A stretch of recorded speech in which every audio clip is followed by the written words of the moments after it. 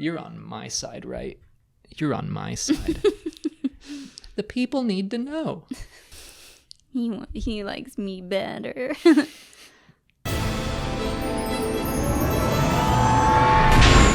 What's up, everyone, and welcome back to the weekly Q&A. Our first question comes from Natalie Franchini and Lord Hosk, and they both ask if Sabine is Force-sensitive. Big question after the topic. Ahsoka trailer. Yeah, hot topic. No, I don't think she is. I don't think so either. I mean, she calls Ahsoka Master in the new trailer that we see. We see her using a lightsaber. That does not mean she has all of a sudden become Force-sensitive. I think that if that's something that they wanted to do, it wouldn't be in the trailer and it wouldn't have happened kind of off screen. Maybe I'll change my tune when it comes out, but the fact that Shin tells her you have no power, I think Shin is kind of lording that over her, being like, you're not Force sensitive. What do you think you're doing trying to take me on? Mm-hmm. That's the vibe I'm getting. Yeah, and a lot of people online have pointed out that line of master from Sabine to Ahsoka sounds a little bit playful, maybe a little sarcastic. So it could just be her referring to training with her in general, like saber training. Yeah, that's kind of what I think their relationship has been. I think that after the death of Kanan and the loss of Ezra, she wanted to continue learning the art of lightsaber combat, and Kanan did teach her in Star Wars Rebels Season 3, and she has Ezra's lightsaber, so Ahsoka would be her only other option.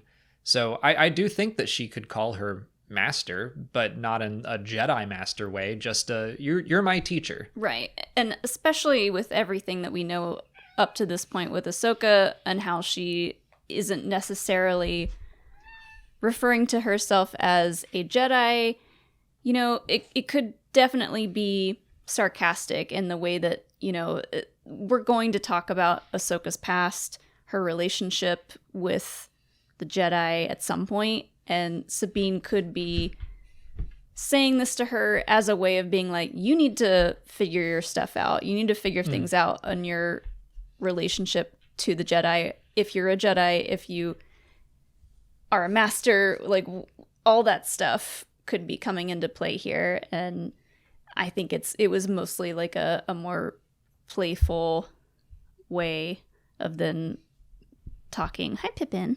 I agree. I think that I will say there's a chance that she could be Force sensitive. We talked about the Celebration 2022 footage that wasn't made public, but there's a shot of someone trying to use the Force, and Sabine's hand is up in that clip with Shin. Like, maybe she's trying to do something, but I think it's more interesting if she is just still Sabine, the Mandalorian. She's not Force sensitive, but she's still a very capable warrior. And I think it would be cool to pit her against Shin, who does, I assume, have the Force.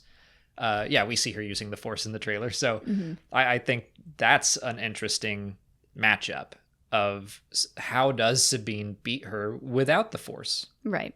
And I think the whole Ahsoka, Sabine, Shin, Baylor, is that his name? Baylan relation, they're going to mirror each other. So it's probably going to be similar relationships between the two of the four of them. But yeah, I don't know. I think a lot of people jumped to, oh my gosh, she is Force sensitive. This proves it. And I like that just like wasn't what popped into my mind first. I definitely went like, wonder what this means. But as I think about it, at least I would prefer that she not be Force sensitive. But if she is, I'm willing to see how they execute on that and communicate it. We'll see. And I shouldn't say that Sabine doesn't have the Force. We're all part of the Force, but she doesn't have a control or command over it. Yeah. Joseph Mazakis wants to know if Thrawn and Ezra will be found by the end of the season. So it seems like we have a bunch of people searching for Thrawn and or Ezra. Will they achieve their goals? I think Baylan and Shin are looking for Thrawn. Ahsoka seems like she's looking for Thrawn, where Sabine is probably more focused on Ezra, but willing to work with Ahsoka because Thrawn is like a breadcrumb on that trail. Mm-hmm. I hope Ezra is found. Thrawn, I think he's going to have a significant role in the season, but I won't mind if he and Ahsoka don't come face to face, because I do think he's probably the big bad of the Mandoverse and will probably be the major threat in Filoni's movie. So I'm okay if they take their time with him a little bit. Yeah, I think Thrawn will be in this season for at least, I want to say 2 or 3 episodes. I will be a little disappointed if he's only in the very last episode. Right, like a Moff Gideon thing. Yeah. That's true. That is possible. But Ezra is different, and that's interesting because the way they've kind of showed us in the trailers, I have a feeling we might not see him until the end of this season. I think I will agree with you on that. I want Thrawn to be in the season throughout, but I'm okay if he's not found. I am okay if Ezra is not in most of the season, but I do want him to be found by the end. But what if, I hadn't considered this until just now, but like what if Thrawn is back, but Ezra's not, and we just don't know where Ezra is? Yeah, I guess that's kind of what I'm thinking is going on. Yeah. Maybe Thrawn dumped Ezra somewhere, but I don't know why he would keep Ezra alive. I don't know. Thrawn was in his office, or a office, in the very brief shot of him that we got in the trailer. And we do see Elsbeth in that same office in one of the trailers, so I do think she reaches Thrawn again. I guess I'm more wondering if Ahsoka will find Thrawn, or the New Republic, and I'm kind of guessing no. Daniel Swenson asks if the Inquisitor could be Barisafi. And this is an age-old question that comes up every time we see a masked, unknown person in Star Wars in the Filoniverse. Could it be Barisafi? We're on Barris watch. It's officially begun once more. Yeah. I don't think so, and I wanted to include this question because there was an article or something came out where the Inquisitor was named. Yeah, I remember that. Its name is Marok. So I was just going to use this as a chance to address like all of the rumors. Is it Barris? Is it Ezra? Is it Galen Merrick? Is it Starkiller? I think that it's probably just the 8th brother from Star Wars Rebels. The armor, it's too close to match, in my opinion, whereas most of the Inquisitor armor we've seen just looks very unique and distinct. So if it were going to be a new Inquisitor, I think that we would have gotten a new set of armor. Yeah. I mean, we saw a brand new Inquisitor in Obi-Wan. Why wouldn't they put just another brand new one in this one? I mean, they could, but since the armor matches. It doesn't match exactly. It matches in the sense that we're going from animation to live action. I think it's someone just brand new. Really? Yeah. Okay. I think it's the 8th brother, but we're just going to find out that his name is Marok. But a house divided once again. I do want to go back briefly to the Barris thing. I do think if we're going to bring Barris back into Star Wars, have it be in relation to Ahsoka. Right? Yeah. I want to see their stories connect once again, but I doubt that's going to happen in this season. You never know. That could be something that they save for the second to last episode, where they love to throw a good cameo, and that's when Cad Bane came waltzing back in to the Book of Boba Fett. So it's something that they might be saving. I just don't think it's Ezra or Starkiller. I just think it's the 8th brother. And I know people say, well, but the 8th brother has 4 fingers. And this one looks like he has 5. And I'm like, I know. It's just hard to do in live action. Yeah, it's just a live action stylistic thing. But the armor, to me, is too close. I will happily eat my words if I'm wrong. I just think that they would be like, yeah, this is the 8th brother. Why keep that information? It's the same reason that they called Reva instead of the 3rd sister for the most part. I think the live action audience hasn't heard a bunch of the Inquisitor titles as much, except for Grand Inquisitor. But I think they're trying to ease the more casual audience into it. Maybe. Giant blue man in a white suit. I don't know that that's easing people into things. Giant. He's not giant. I have no retort. This video is sponsored by BetterHelp. I've struggled with stress and anxiety for years. I started going to therapy back in 2012 and have been going off and on ever since. Talking to a therapist has been a huge help for my mental health as well as my professional and personal life, but there's no denying therapy can be expensive and time-consuming. That's where BetterHelp is different. Their services are entirely online, designed to be convenient, flexible, and suited to your schedule, giving you the ability to visit a therapist from the comfort of your home. When you sign up, you just fill out a brief questionnaire to help assess your specific needs, and then you get matched with a licensed therapist chosen to meet those needs in as little as 48 hours. BetterHelp offers a broad range of expertise with over 20,000 therapists that can give you access to help that may not be available in your area. Schedule video and phone sessions or message your therapist anytime. If you're not happy with your therapist, you can request a new one at no additional charge. Let therapy be your map with BetterHelp. Visit betterhelp.com/SWE to get 10% off your first month. That's BetterHelp, HELP.com/SWE. Jack Perry wants to know if Ahsoka could start with an Avatar: The Last Airbender style prologue to recap the important bits of Star Wars Rebels. Absolutely. That might be what they have to do. And, knowing Filoni's connection with Avatar, he could be, hey, you know what we could do is just have a little prologue. And I think that would be a good way to catch people up on what happened in Star Wars Rebels. Mm-hmm. It doesn't even have to be in live action. It could be, someone brought this up on our live stream the other night, where they just do a previously on Star Wars thing. Yeah. The same way Obi-Wan Kenobi did.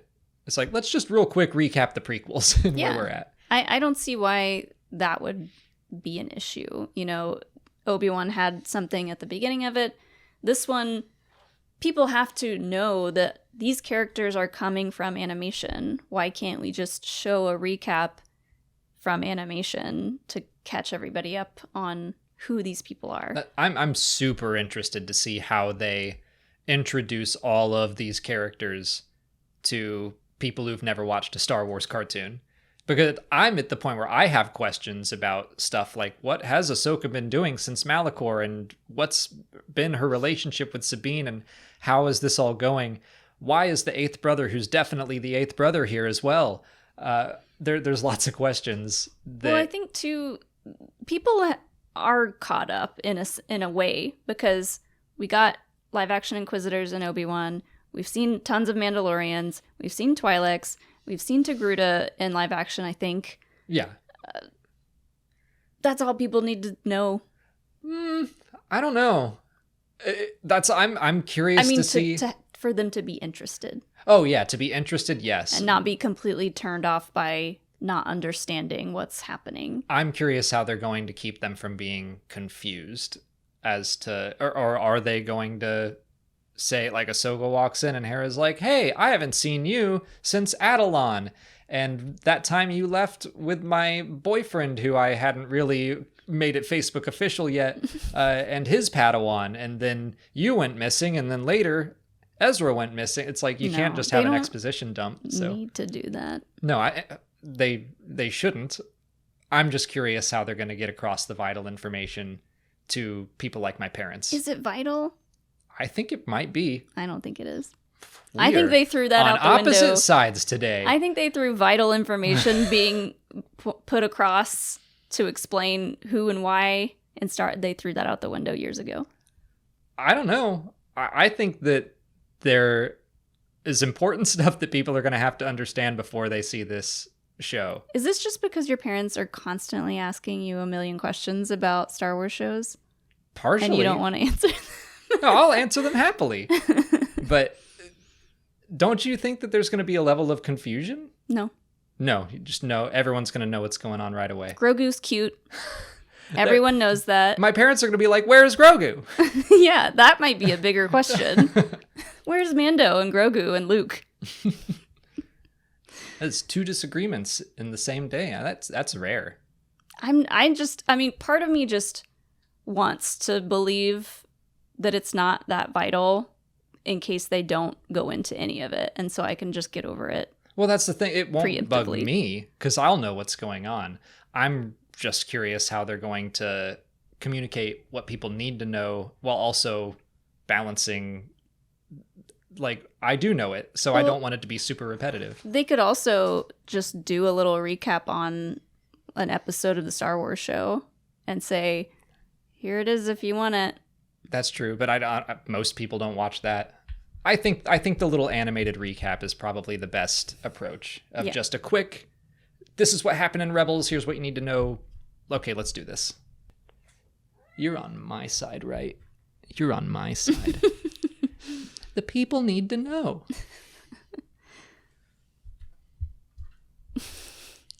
He likes me better.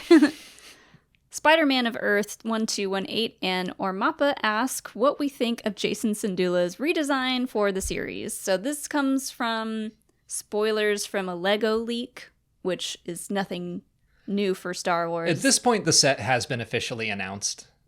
I believe you can buy it now. Okay. So I would say it's beyond leak. It's just a thing where if you look at the box, you're like, huh, Jacen Syndulla's in this. Yeah. Interesting. It's a big reveal, I feel like. True. It's a surprise to come from a toy, yeah. Yeah, it's something that has not been in or alluded to in any of the trailers so far. Hera's son being involved in this. As for his redesign, doesn't bother me. Same. He doesn't have green hair anymore. Who cares? I think most of the, not even controversy, the talk I've seen about this, I feel has been made in good faith and in jest. I didn't see anyone genuinely mad that the hair changed.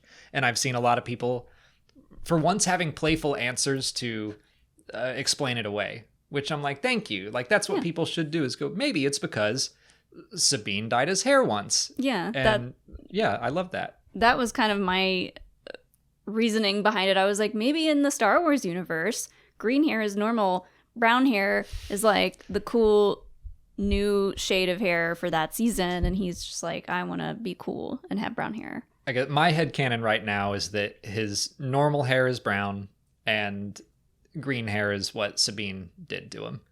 But it could be anything. Or he's just trying to blend in, which is something stupid to say when you've got green characters and blue characters and yeah, I don't think he would care about that. Like, I don't think green hair would be a shock to anyone in the Star Wars universe. Unless he had like been on a wanted poster or something. It's a wig. Chopper babysat him one time, and now they're both very wanted by the New Republic. Yeah.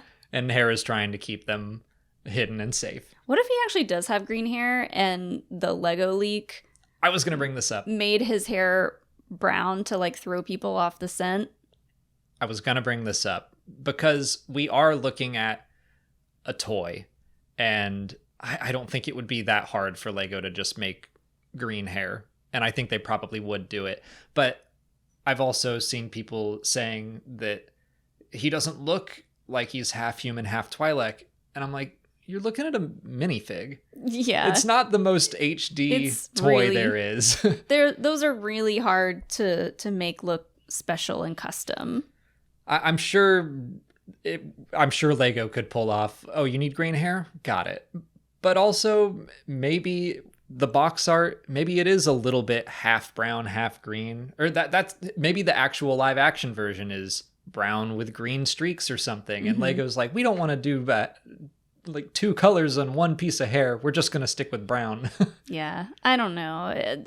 If he does turn out to have brown hair, the thing is, a lot of kids will be born with one color hair. The hair falls out at some point. I mean, usually it happens when they're babies still, and then a totally different color hair will grow in. So it's, I don't even know if they're going to explain it if they show up, if he shows up and has brown hair. But I don't think they should or will. I don't know. Yeah, it doesn't bug me. Whatever hair he has in the show, I'm not going to care. I will be like, that is Jacen Syndulla. I got it. He had green hair at one point.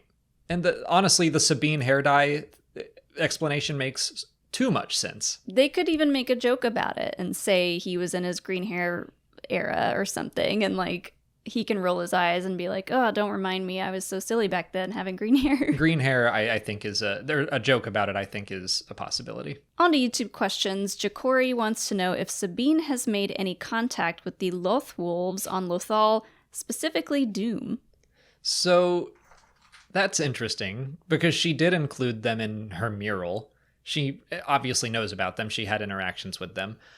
I'm curious about Dume, though, because that was kind of like Kanan's force spirit animal. Mm-hmm.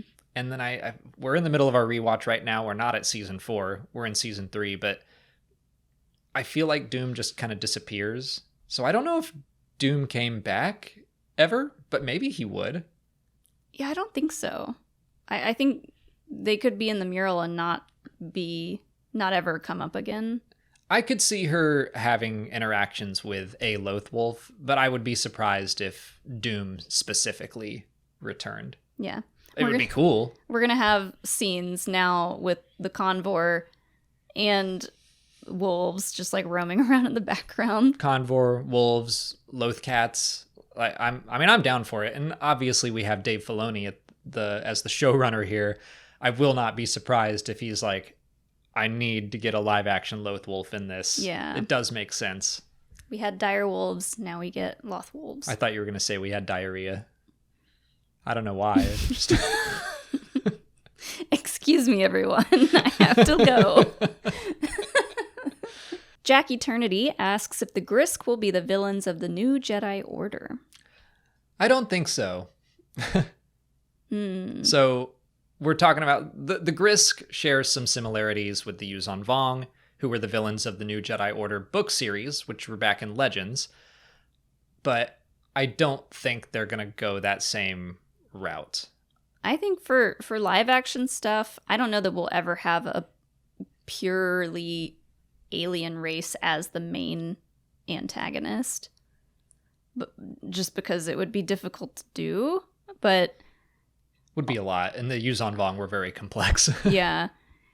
I don't think so. The Grysk, they're a cool concept, but yeah, they're too close to what's been done in Legends, and I just already have this idea in my head of like what could happen for that time period. But yeah, no, I think it's gonna be people. Just based on comments that have been made so far, and it does sound like this is the first movie going into production, I get the sense that, yeah, it's more people in the known galaxy saying, we're not sure we want the Jedi to come back. It seems like there's going to be resistance to that more so than a big intergalactic war and an extragalactic invading species, I guess I should say. Mm-hmm. So I'm never going to say the Grysk will never appear in Star Wars because we've gotten so many cool book connections in live action. But just based on what we've heard about the film so far, I'm thinking no. Noah Eastman wants to know if Luke has already told Ahsoka about Anakin's redemption. I would assume so.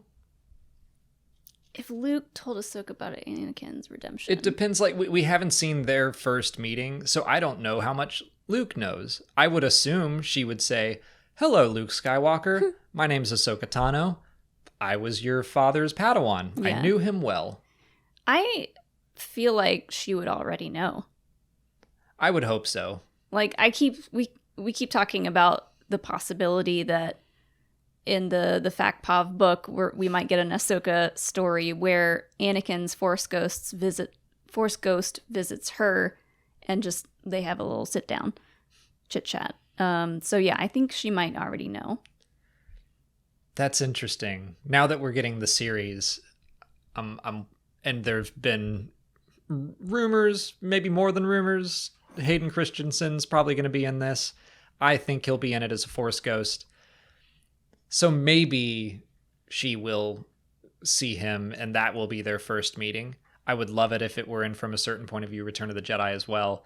But I just assume that Ahsoka told Luke her relationship to Anakin, and I don't think Luke would keep that a secret in turn to be like, hey, he came back to the light. Yeah. But even if we don't see it from a certain point of view, I would like to think she would have felt his return in the Force, even if they haven't talked yet. Yeah. That's all the time we have for questions today. If you want to leave a question for next week's video, just put it in the comments below or sign up for Patreon to join our weekly Q&A discussion. If you haven't already, please like this video, subscribe to the channel. Follow us on Twitter, Instagram, Facebook, TikTok, and Threads. And as always, thanks for watching, and may the Force be with you.